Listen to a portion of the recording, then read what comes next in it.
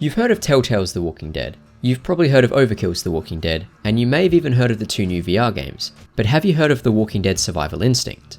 During the airing of AMC's The Walking Dead Season 3, a game for the series came out that largely fell under the radar for a multitude of reasons. Its poor release time, poor reception, and overall lack of memorability meant Survival Instinct failed to interest people at the time.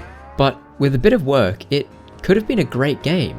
2013's The Walking Dead Survival Instinct is a 5-hour FPS that focuses on Daryl's journey in the first few days of the outbreak, being a prequel to the first season of The Walking Dead. The game doesn't have that much in the way of story, even though it sometimes pretends that it does. More on that in a bit. One interesting mechanic this game does have is choosing which town you want to drive to, which can change people's playthroughs significantly. And for some reason, every Let's Play seemed to choose the opposite of me. By going to a different city, you traverse a different map, meet different survivors, gather different supplies, and thus your experience changes. Although the choice between 2 cities only comes up every other mission at the start, and by the end of the game, the path becomes almost completely linear.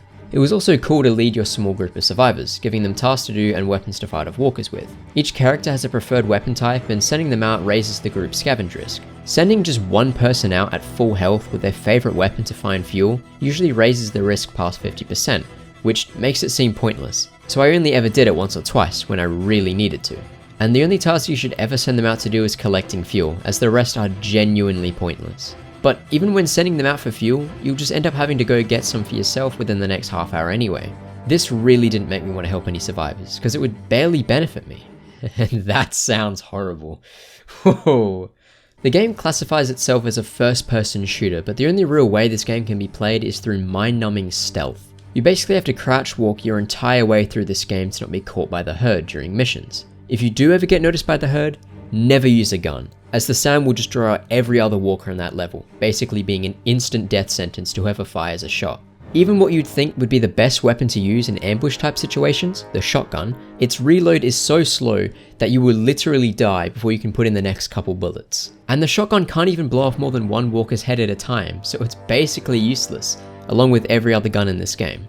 Which I could understand if this game was labelled as primarily a stealth action, but it's not. It's advertised as an FPS over anything else. Guns are lying around all over the map, almost begging you to use them. But the only time you ever should is in the final army base mission, because there's basically no other way. Although the gunplay is actually decent here and somehow felt less clunky than Cyberpunk. Since guns aren't really an option, the best way to kill walkers is crouching up behind them and performing a takedown, called an execution. But if they're front on, you can just shove them and then try and perfectly line yourselves up with their backs while they're flopping around, accidentally shoving them even more and causing so much noise that all the closest walkers hear you. Okay, I'm being too harsh. The gameplay isn't that bad. The most it ever annoyed me was when the entire herd tried to grapple me, and rather than the game just ending, it made it seem like if I kept fighting, I could eventually defeat all 50 walkers with my knife. There were also times where I shoved a walker into a corner or a tight spot so I couldn't get behind them to take them out, so I just had to knife them to death. And by doing so, brought a couple more walkers in my direction. This incredibly slow pace was annoying at first, but I eventually got used to it.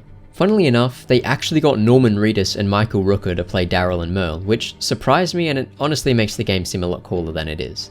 There's only a few things like that which make these repetitive levels and bland environments possible to sit through for 5 hours. To really emphasize on the repetitiveness, I literally got the same fuel collecting map twice in a row.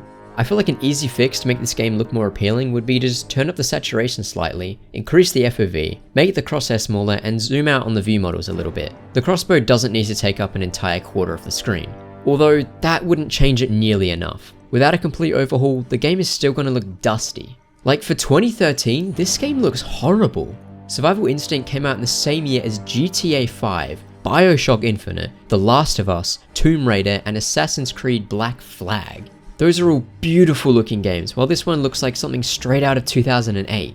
I think one of the biggest reasons that Survival Instinct flopped is the fact that there was just a better Walking Dead game out at the time. Telltale's The Walking Dead came out a year before Survival Instinct, which seems like an odd choice to release 2 games based on the same franchise so close to one another, especially when Telltale's The Walking Dead Season 2 came out only 9 months after Survival Instinct.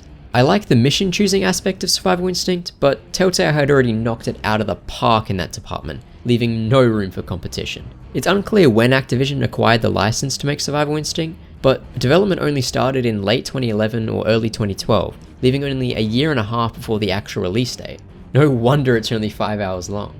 So many things about this game scream rushed or unfinished. The repeating maps, copy and paste buildings, sections of the map that don't lead anywhere, bad walker AI, broken ragdoll physics, accidental invisible walls, getting stuck in places, able to climb over fenced off areas, several filler levels in a row to pad for extra time, and the overall fact that this game is just so unfair and infuriating.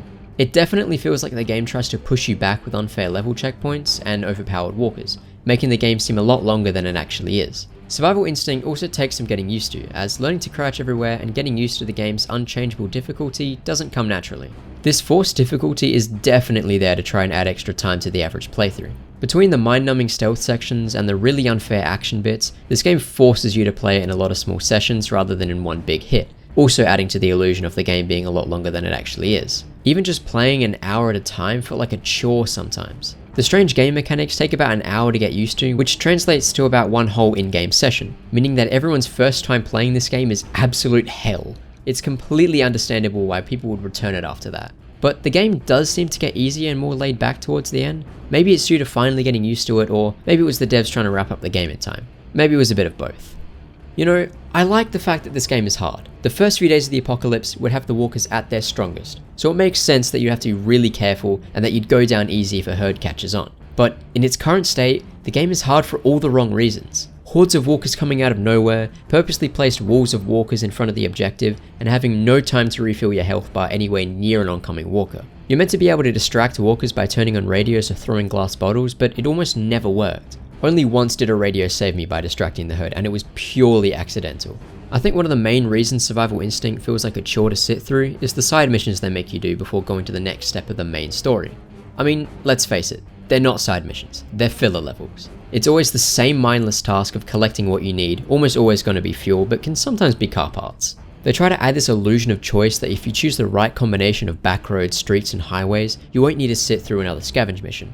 But no matter what, you will get one. Backroads and streets will have you looking for fuel, and the highways will have you looking for things like coolant or a radiator hose. And most of the time, the thing you're looking for isn't even in the main part of the map. It'll be on the very outskirts, and it'll be all in a row. Survival Instinct has a pretty bad case of the level blending in with the environment. Since all the levels have the same bland and flat look, it's easy to zone out and not realize where you're actually meant to go, especially when the compass is leading you in circles. Which also makes me want to point out that pressing escape will literally crash the game, and it's the only way to see what your actual objective is. Anyway, back to the main point. There were several times where I tried to beeline through an entire herd of walkers because the game didn't make it clear that there was a backdoor route I could have taken in the first place. Another example is instead of going up and over this truck, in my first playthrough I went around it and through the building and spent way too long battling off waves of spawning in walkers. The only indicator that this truck was even climbable was the small indicator lights that no one would be paying attention to.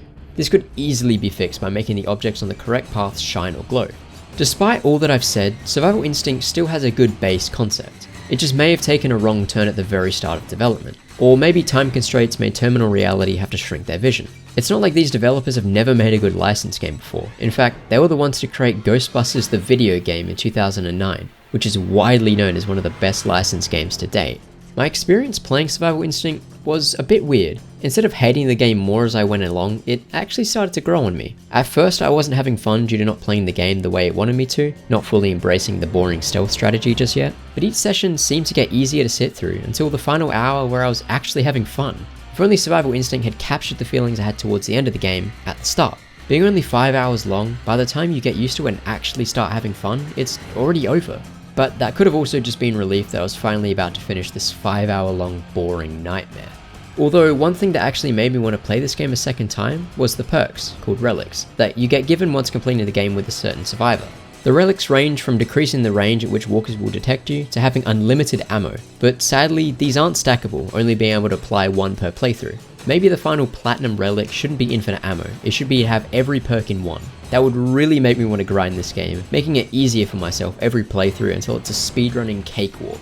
A few miscellaneous points I'd like to mention include the fact that when you clear out an area of walkers, they'll eventually spawn back, making it impossible to get the satisfaction of killing every walker in that level. The music in Survival Instinct is way too good for this game, but it does feel kind of stupid when you get this really intense soundtrack playing when there's just one walker slowly dragging itself towards you. Also, the general background snarling noises made it hard to tell when there was actually a walker behind you the whole time. These are all points that could have easily been fixed with a small patch, but ripping apart this game over small things really makes me want to say that it does have a fun ending mission and some surprisingly good models. To repeat what I said earlier, this game should be hard. Fast walkers that deal massive damage make sense for the start of the apocalypse. This game should have the walkers at their full strength. This game should be about the gritty survival in the first few days of the outbreak, forcing you to play more stealthily. But not this stealthy. After getting used to it, I don't mind having to crouch my way everywhere because it does make some sense. Also, the whole learn how Daryl gets his crossbow in the box art was so anticlimactic. Instead of winning it or really earning it, about 2/3 of the way through the game, Mel just casually mentions he kept a crossbow and points to some dead biker on the ground. What? Around this time, you also get your stash taken away from you, but you almost instantly get it back, leaving no challenge. They could have easily made a proper storyline about getting the crossbow. Maybe you join a camp of survivors, but they eventually betray you and you only get out alive with the crossbow, the rest of your stash gone forever. The escape level should be designed around the mechanics of the crossbow, helping you practice at the same time as fleeing. This brings me on to my next point. Survival Instinct could have been much more story-based, which it looks like they might have been trying to do at first. There are certain cutscenes that act like a lot more happened story-wise than it actually did. Certain character goodbyes get their own cutscenes even though we didn't know the person apart from a couple lines in a joke they'd made. Places such as the sawmill had survivors inside that believed you'd caused the walkers to overrun the camp. All we had to do was tell one guy that was already like this and it wasn't mentioned again. There was also some really lazy foreshadowing where Merle would constantly say you can always count on him, and then he's the one to save you right at the end, with the whole man you can ever count on. There were also other somewhat sad moments that were extremely unemphasized, such as a man shooting his own wife as she turned into a walker on her deathbed. But probably due to time constraints, the story was dropped to be a more gameplay driven game. But when the gameplay is this lackluster, that seems like a very stupid decision, and it really makes you wonder if this game has any redeeming qualities apart from just what it could have been. If Survival Instinct had more time to be worked on, was more story based, double its current length, and ironed out its mechanics properly, it may have been a great game. But in its current state, it's not good. But it's not bad, and especially not that bad. In a sense, Survival Instinct and Murdered Soul Suspect are both similar and at opposites at the same time. Murdered Soul Suspect could have been an absolutely amazing game, maybe even a franchise starter, but it fell short due to bad reception caused by critics claiming that it has a bad concept execution, which it didn't. Check my video out on that here. But the final product of Murdered, while not meeting people's impossible expectations, was still a good game that I enjoyed playing. Whereas Survival Instinct also could have been amazing, but its concept wasn't executed well, which made the final product fall short in a way that still didn't leave any remnants of a good game behind. Both games had a good premise, but only one has a poor execution. And in Survival Instinct's case, it left behind a brutal bloody mess, just a shell of a game that once could have been great.